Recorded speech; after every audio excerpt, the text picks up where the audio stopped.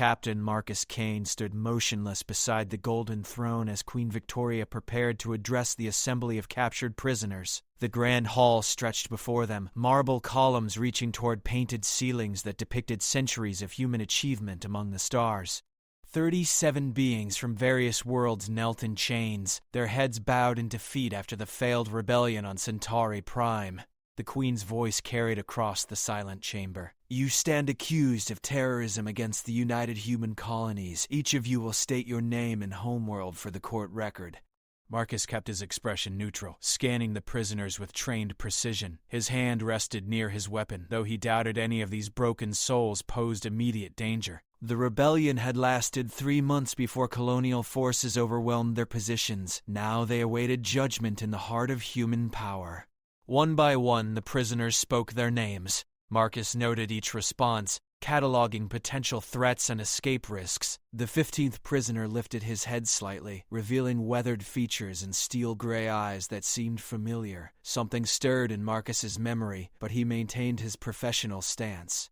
"State your name," Queen Victoria commanded. "Lieutenant Colonel Nathan Cross, formerly of the Terran Defense Corps," the prisoner replied. The words hit Marcus like a physical blow. Nathan Cross. The name belonged to a ghost from 20 years past, a man who had saved Marcus's life during the siege of New Shanghai. Marcus fought to keep his expression unchanged, but his pulse quickened as memories flooded back. Queen Victoria's posture shifted almost imperceptibly. Her fingers tightened on the throne's armrests, and Marcus noticed the brief pause before she continued with the next prisoner. The subtle change in her breathing told him she recognized the name as well. Cross had been a decorated war hero, one of the youngest colonels in Terran history. He had led the defense of 3 major colonies during the first alien incursions, earning the Distinguished Service Cross and the loyalty of every soldier under his command.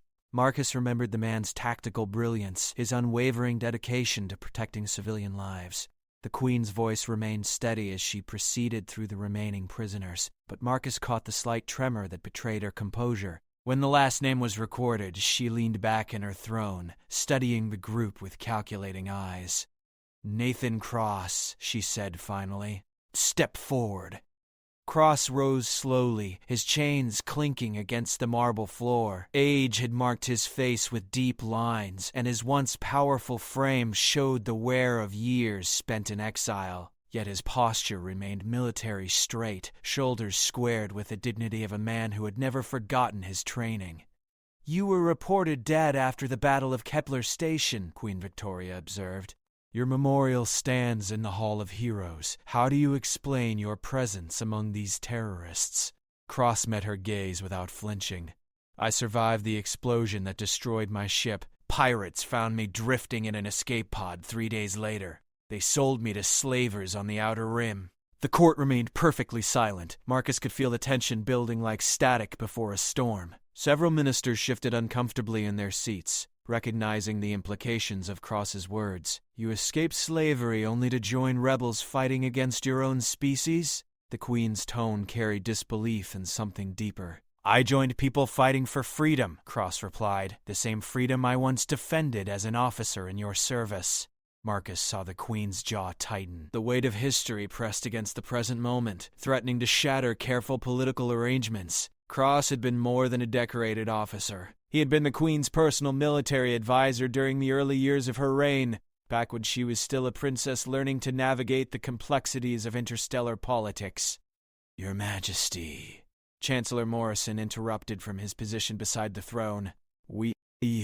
Perhaps we should proceed with standard sentencing protocols?" Silence. The Queen's command cut through the air like a blade. Morrison stepped back, properly chastened. Marcus remained frozen in position, understanding that his own past connection to Cross must remain hidden.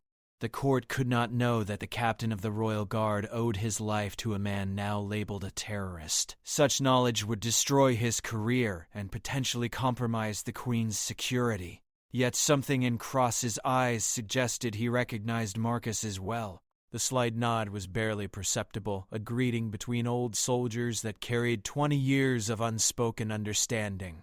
Marcus felt the weight of impossible loyalties pressing against his chest. Queen Victoria rose from her throne, her movements deliberate and controlled. The entire court held its breath as she descended the 3 marble steps that separated her from the prisoners. Her heels clicked against stone with mechanical precision.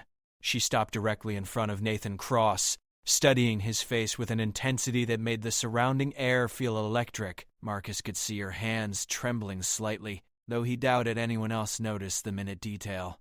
The silence stretched until it became unbearable. Queen Victoria had not spoken Nathan Cross's name in 20 years. The last time was during his memorial service, when she delivered a eulogy that moved the entire colonial senate to tears. She had worn black for a full month after his reported death, claiming it was standard protocol for fallen heroes. Only Marcus and a handful of others knew the deeper truth about her grief.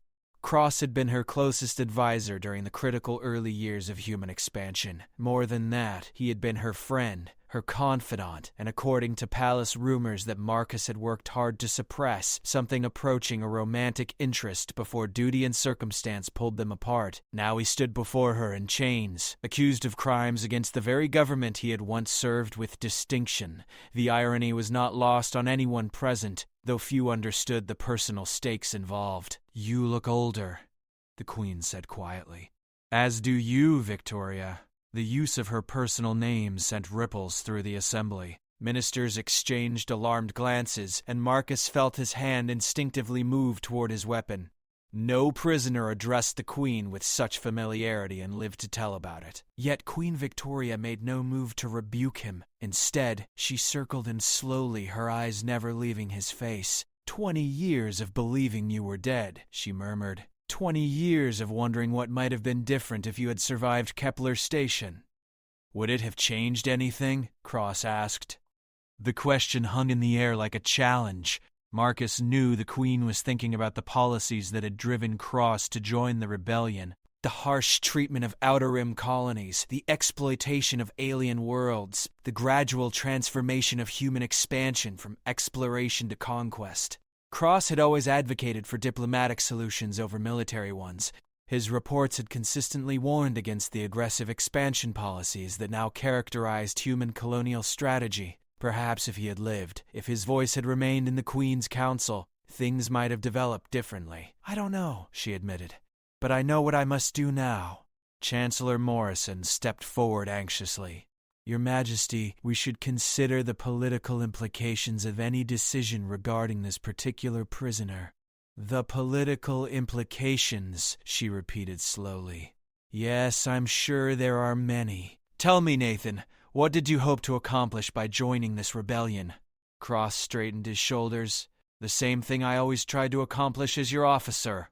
Protect innocent people from unnecessary suffering." "By attacking colonial installations? By disrupting trade routes that feed millions of families, by drawing attention to the atrocities being committed in humanity's name on the Outer Rim worlds." Cross's voice carried conviction despite his chains. "The rebellion struck only military targets. We went to extraordinary lengths to avoid civilian casualties."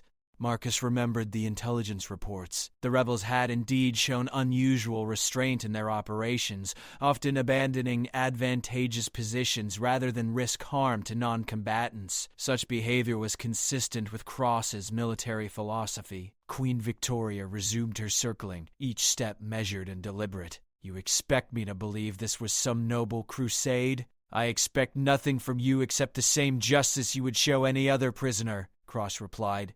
"But I won't apologize for fighting against policies that turn children into slaves and reduce entire populations to disposable labor forces." The accusation struck home. Marcus saw several ministers flinch, knowing the truth behind Cross's words. Recent reports from the Outer Rim painted disturbing pictures of colonial administration, though such information was carefully controlled within palace circles. "You dare lecture me about justice?" The Queen's voice rose slightly before she caught herself and returned to controlled tones. "I dare remind you of the woman who once promised me that human expansion would bring freedom and prosperity to the galaxy," Cross said. "Not exploitation and suffering." The Queen stopped directly in front of him again. For a moment, Marcus thought she might strike him. Instead, she reached out slowly and touched the scar that ran along his left temple. a memento from some battle fought during his years in exile. "You survived," she whispered. "I survived to see what we became." The weight of those words settled over the court like a shroud. Marcus felt the tension building towards some inevitable breaking point. Whatever decision the Queen made in the next few minutes would reshape his understanding of duty and loyalty. "Your Majesty," Morrison tried again, "the Senate expects swift justice for these terrorists." "The Senate expects many things," she replied, without looking away from Cross. Marcus noticed movement among the other prisoners. They were watching the exchange with growing hope, understanding that their fate might depend on whatever history existed between their fellow captive and the human queen. Cross seemed to recognize the moment's importance as well. "Victoria, whatever you decide about me, please consider showing mercy to the others. Most of them are farmers and miners who joined our cause because they had no other choice." "Still protecting your soldiers," she observed. "Still protecting innocent people." The Queen turned and walked back toward her throne, each step echoing through the silent hall. Marcus could see her mind working, weighing options and consequences with the skill of someone who had spent decades making impossible decisions. When she reached the throne, she did not sit. Instead, she faced the assembly with the bearing of absolute authority. "Clear the court," she commanded. "I will speak with the prisoners privately." Chancellor Morrison looked stricken. "Your Majesty, protocol demands. Protocol demands that I ensure proper security arrangements for sensitive discussions." She cut him off. "Captain Kane will remain. Everyone else will withdraw immediately." The ministers and courtiers filed out reluctantly, their whispered conversations creating a buzz of speculation that would spread through the palace within hours. Marcus remained at attention, understanding that he was about to witness something that would change everything. When the great doors sealed with a resonant thud, Queen Victoria finally allowed her composure to crack. Her shoulders sagged slightly, and she gripped the throne's armrest for support. 20 years, Nathan. 20 years, Your Majesty." She looked at him sharply. "We're alone now. You can use my name."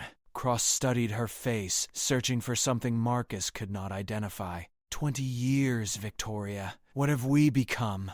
The question encompassed more than individual change. It spoke to the transformation of human civilization from idealistic explorers to imperial conquerors. Marcus had served the crown for 15 years, watching that gradual shift with growing unease. "We became what survival demanded," the Queen replied. "The galaxy is not the peaceful place we hoped to find when we first ventured beyond Sol system. So we decided to make it peaceful through force. We decided to ensure human survival through strength."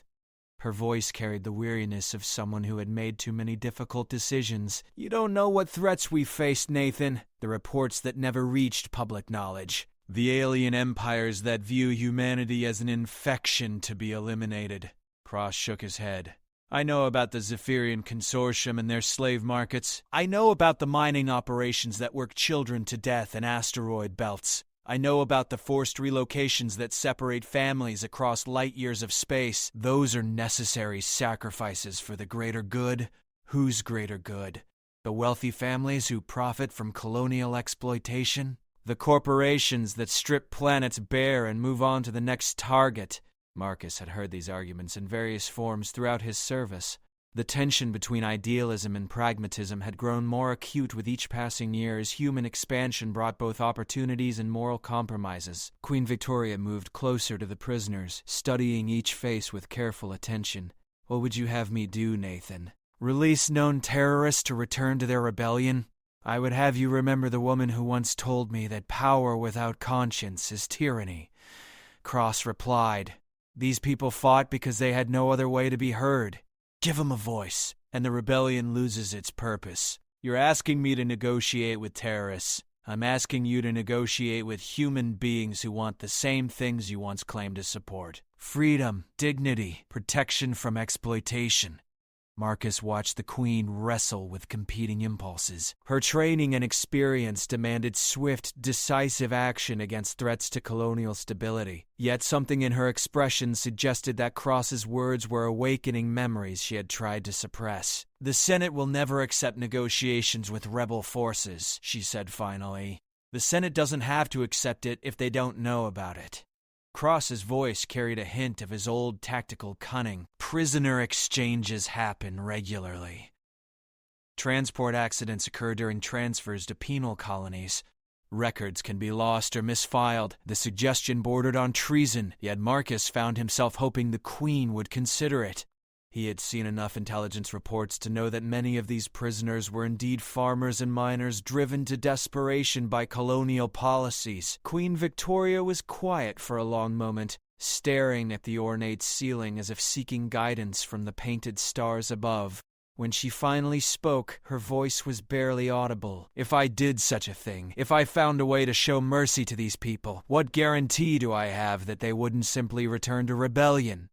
You have my word, Cross said immediately. Release them, and I'll ensure they disappear into the Outer Rim territories. No more attacks on colonial installations. No more disruption of trade routes. Your word, she laughed bitterly. The word of a man who spent 20 years letting me believe he was dead. I had no choice in that deception. The explosion destroyed all communications equipment on my ship. By the time I escaped the slavers and reached civilized space, you had already held my memorial service. I was officially dead, with no legal standing to reclaim my identity. Marcus could see the logic in Cross's explanation, though he understood why the Queen might feel betrayed. The discovery that someone she had mourned for 2 decades was actually alive would be emotionally devastating under any circumstances. Why didn't you try to contact me privately? She asked. Surely there were ways to get a message through, Cross met her eyes directly. Because I knew that if you learned I was alive, you would try to bring me back. And I couldn't return to serve a government that had abandoned everything we once believed in. The accusation hung between them like a sword. Marcus felt the weight of truth in Cross's words, though he would never voice such thoughts aloud. His oath was to protect the Queen, not to judge her policies. Queen Victoria walked to one of the great windows that overlooked the palace gardens. The afternoon sun cast long shadows across carefully manicured lawns where alien flowers from a dozen worlds created patterns of impossible beauty. Do you remember the garden we planned for New Geneva? She asked suddenly. Cross nodded slowly. Terran roses alongside Centaurian moonflowers. You said it would be a symbol of cooperation between species. The Centaurians poisoned their own water supply rather than submit to human colonization. The roses never got planted. Marcus had read about the New Geneva incident in classified files. The official reports blamed alien extremism for the tragic outcome, but other documents suggested a more complex story involving forced labor demands and cultural destruction. Did you ever ask yourself why they chose death over life under human rule? Cross's question was soft, but it carried devastating implications. The Queen turned from the window, her face a mask of controlled emotion. I asked myself that question every day for 5 years. The answer is that some species are simply incompatible with human civilization, or that human civilization had become incompatible with the values we claim to represent. The debate could have continued indefinitely, but Marcus noticed movement among the other prisoners. They were listening intently to every word, understanding that their lives hung in the balance of this reunion between former allies. Queen Victoria seemed to recognize the same thing. She returned to her throne and sat down, assuming the formal posture that signaled official decision-making. Nathan Cross, you and your fellow prisoners stand convicted of terrorism against the United Human Colonies. The prescribed punishment is death by execution, to be carried out within 72 hours. Marcus felt his stomach drop. Cross showed no reaction, maintaining the dignified bearing that had defined his military career. However, the Queen continued, I am prepared to commute these sentences under specific conditions. Hope flickered in the eyes of the kneeling prisoners. Cross remained focused entirely on the Queen's face, reading nuances that escaped everyone else. The conditions are these. You will renounce all connection to rebel movements. You will submit to neural monitoring for a period of 10 years to ensure compliance with colonial law. You will accept relocation to designated rehabilitation facilities, where you will contribute your skills to approved colonial development projects. Marcus recognized the offer for what it was, a form of slavery dressed up in bureaucratic language. The neural monitors would eliminate any possibility of independent action, while the rehabilitation facilities were notorious for their harsh conditions and high mortality rates. Cross was quiet for several seconds, considering the implications. When he spoke, his voice was steady and clear. "I respectfully decline your generous offer, Your Majesty." "As do my companions, I'm certain." Murmurs of agreement rose from the other prisoners, though Marcus could see fear in their faces. They were choosing death over a living death, following Cross's lead even unto execution. Queen Victoria leaned forward slightly. "You would rather die than accept a chance to live." "We would rather die free than live as slaves," Cross replied. "Some things are more important than survival." The words echoed statements Cross had made during his military service, when he consistently chose dangerous missions over safe assignments that might compromise his principles. Marcus remembered stories about the man's unwavering ethical code. "Very well." The Queen's voice was flat, emotionless. "Captain Kane will escort you to the detention facilities. Execution will proceed as scheduled." Marcus stepped forward on unsteady legs, reaching for the restraint controls that would lead the prisoners away. His hand trembled slightly as he realized he was about to participate in the death of the man who had saved his life. Cross looked directly at him for the first time since entering the court. Recognition flickered in his gray eyes, along with something that might have been understanding or forgiveness. "Captain Marcus Kane," Cross said formally. "It's good to see you've done well for yourself." The acknowledgement sent shockwaves through Marcus's nervous system. If Cross revealed their connection, it would destroy everything Marcus had built during his years of royal service. Queen Victoria's head snapped up sharply. "You know Captain Kane?" "We served together briefly during the new Shanghai siege," Cross replied carefully. "He was a fine soldier then. I'm sure he's an exemplary officer now." Marcus felt grateful for the understated description that revealed nothing about the life debt between them. Cross was protecting him even while facing death, showing the same loyalty that had defined their brief wartime partnership. "Indeed he is." The Queen agreed, though Marcus detected suspicion in her tone. "Captain Kane has been my personal guard for 7 years. His dedication is beyond question." "I'm sure it is." Cross's eyes held Marcus's for another moment before he looked away. "Shall we proceed with this escort, Captain?" Marcus activated the prisoner controls with numb fingers. The restraint fields hummed to life, creating an energy barrier that would prevent escape attempts while allowing normal movement. As they prepared to leave the court, Queen Victoria spoke again. "Nathan." He turned back to face her. "Do you regret the choices that brought you here?" Cross considered the question with visible care. "I regret that circumstances forced me to choose between my loyalty to you and my loyalty to innocent people. I regret that we couldn't find a path that honored both obligations." "But you don't regret joining the rebellion?" "No, Victoria. I don't regret fighting against injustice even when that fight was hopeless." She nodded slowly, as if his answer confirmed something she already knew. "Thank you for your honesty." Marcus led the prisoners through corridors he had walked countless times, but everything felt different now. The marble walls seemed heavier, the painted ceilings more oppressive. Each step brought him closer to a betrayal of everything he had once believed about honor and duty. The detention sector lay deep beneath the palace, accessible only through multiple security checkpoints that verified identity and authorization. Marcus's clearance opened every door, his biometric signature granting passage to areas most palace staff would never see. The holding cells were clean and well lit, designed for temporary containment rather than long-term imprisonment. Each prisoner was assigned individual quarters with basic amenities and communication access, though actual communication was heavily monitored and filtered. As Marcus processed the transfer paperwork, he found himself alone with Cross for a few minutes while guards secured the other prisoners. "You saved my life once," Marcus said quietly. "You don't owe me anything because of that," Cross replied. "We both did our duty during wartime, nothing more. I could have died in that bunker if you hadn't pulled me out, and you would have done the same for me. That's what soldiers do." Marcus appreciated the man's attempt to minimize the debt, but 20 years of gratitude couldn't be dismissed so easily. "Is there anything I can do?" Cross studied him for a moment, weighing some internal calculation. "There is one thing, though I hate to ask it." "Name it. Talk to her. Help her remember who she used to be before power and politics changed her." She's not evil, Marcus. She's just lost sight of her own values. The request was impossible. Marcus couldn't presume to counsel the Queen on matters of policy or morality. His role was protection, not political guidance.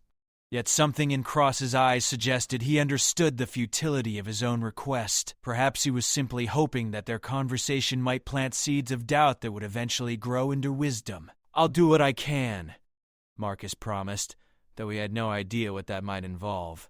Cross nodded and extended his hand. Marcus hesitated briefly, then shook it firmly. The gesture felt like both greeting and farewell, acknowledgement of shared history and acceptance of inevitable separation. "Take care of yourself, Marcus Kane. The galaxy needs good men in positions of authority, and it needs good men willing to stand up for principles," Marcus replied. "We're losing both kinds too quickly." The guards returned to escort Cross to his final cell.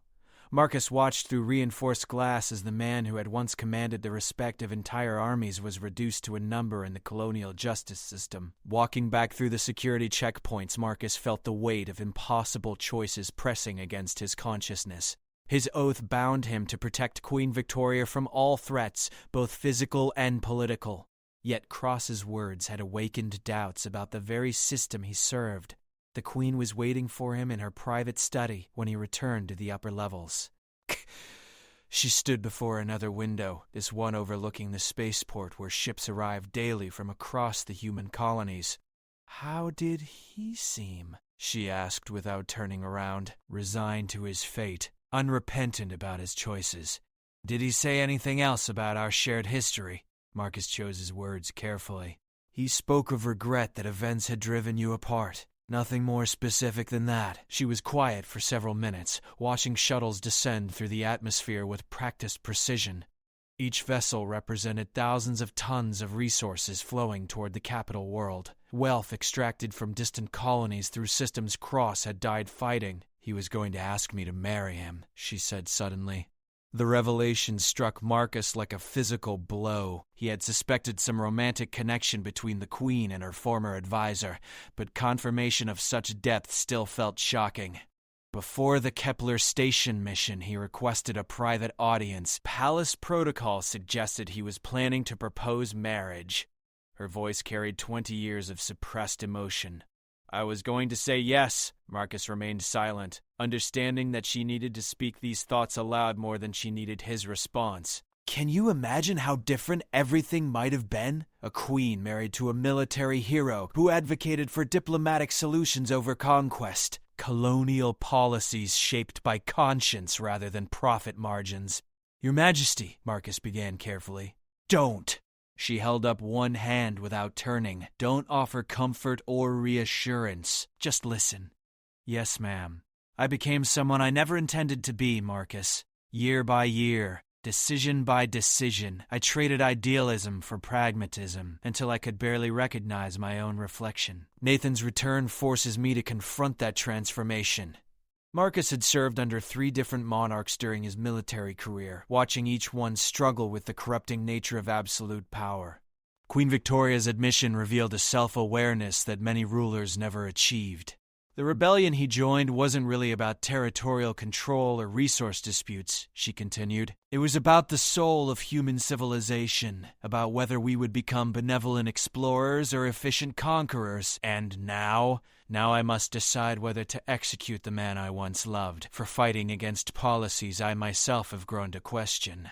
The words hung in the air between them like an accusation. Marcus understood that she was asking him to witness her moment of moral crisis, though he had no guidance to offer. "Ma'am, if I may ask, what do you think he would want you to do?" She turned finally, her face showing signs of exhaustion that makeup couldn't conceal.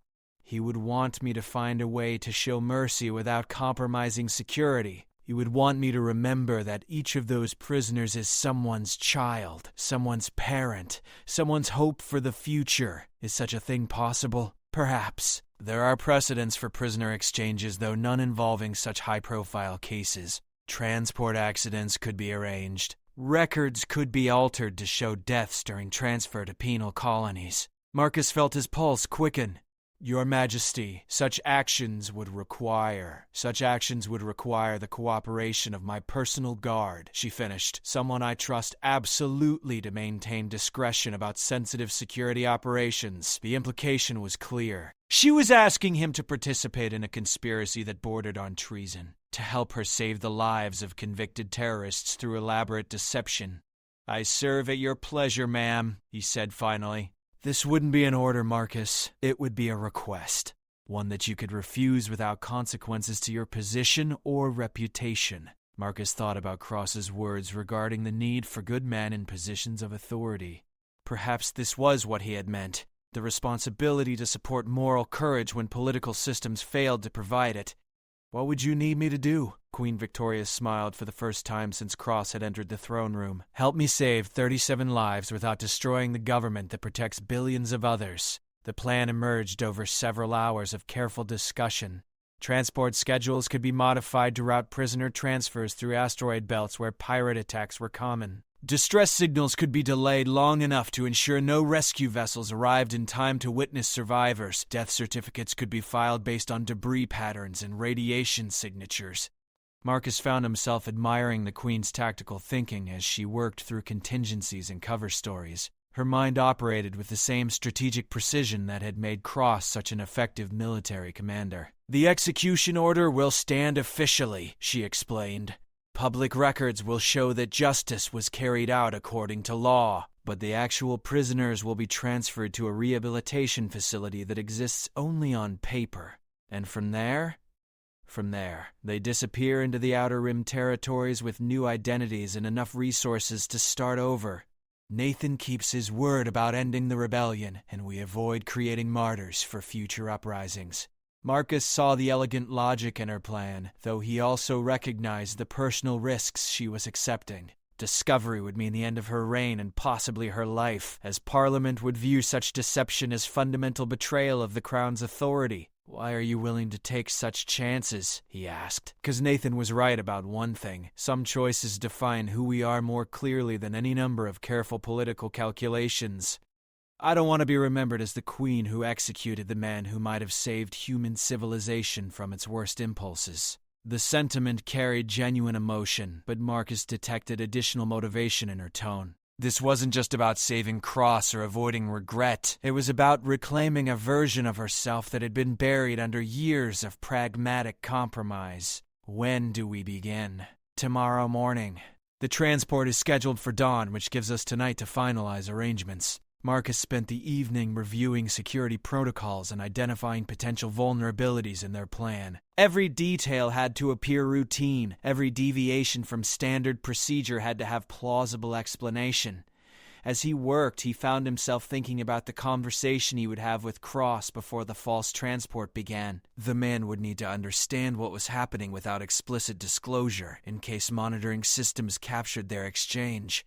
The Queen had provided code phrases that would signal the deception without revealing details that could compromise future operations. Marcus memorized each phrase and planned casual conversation that would convey the necessary information.